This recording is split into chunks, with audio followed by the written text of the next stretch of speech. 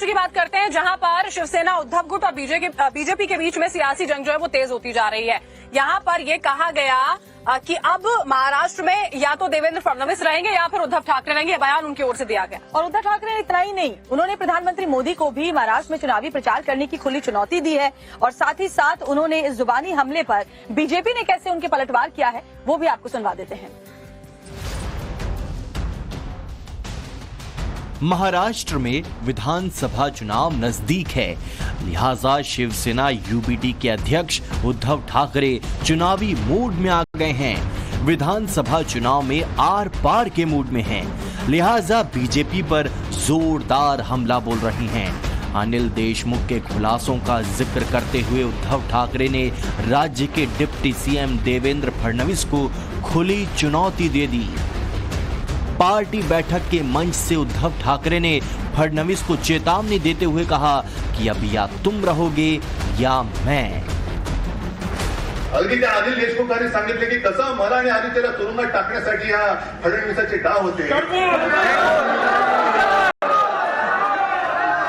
सगळं मी सहन करून जिद्दीने उभा राहिलेला आहे, तर तू तरी राहशील तर मी तरी राहील।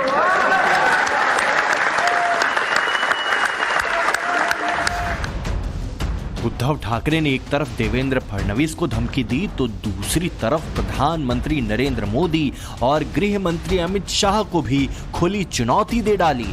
कहा कि चुनाव प्रचार के लिए मुंबई आओ तो बची हुई गर्मी भी निकाल देंगे। उद्धव की इस खुली चुनौती के बाद बीजेपी ने भी पलटवार करने में देरी नहीं लगाई। हमने आपका चैलेंज स्वीकार कर लिया उद्धव जी। जहां तक बात है भारतीय जनता पार्टी को खत्म करने की, और उद्धव जी ने कहा मोदी जी को गाड़ने की, आपके इस जन्म में तो ना होगा उद्धव जी। लेकिन जिस बात को आप कह रहे हैं, एक हिंदुत्ववादी दल, एक सर्वव्यापी दल, एक भारत माता की जय कहने वाला दल, इसको खत्म करना, विश्वव्यापी नेतृत्व मोदी जी को गाड़ना, ये भाषा किसकी है? ये भाषा तो पीएफआई के टेररिस्टों की है, सिमी के टेररिस्टों की है। लोकसभा चुनाव में महाराष्ट्र में बीजेपी के खराब प्रदर्शन के बाद उद्धव का कॉन्फिडेंस हाई है। महाराष्ट्र में पुनः विजय का भगवा फहराने का मकसद है, इसलिए बार बार दोहरा रहे हैं कि शिवसेना यूबीटी जंग लगी तलवार नहीं बल्कि तेज धार वाली तलवार है।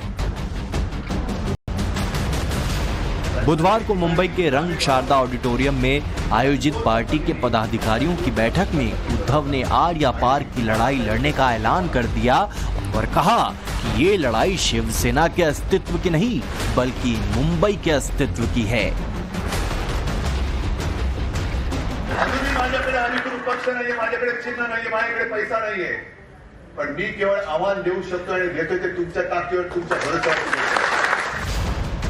उद्धव ठाकरे ने अपने तेवर में संकेत दे दिए हैं कि आने वाले समय में शिवसेना यूबीटी और बीजेपी के बीच टकराव और तेज होने जा रहा है।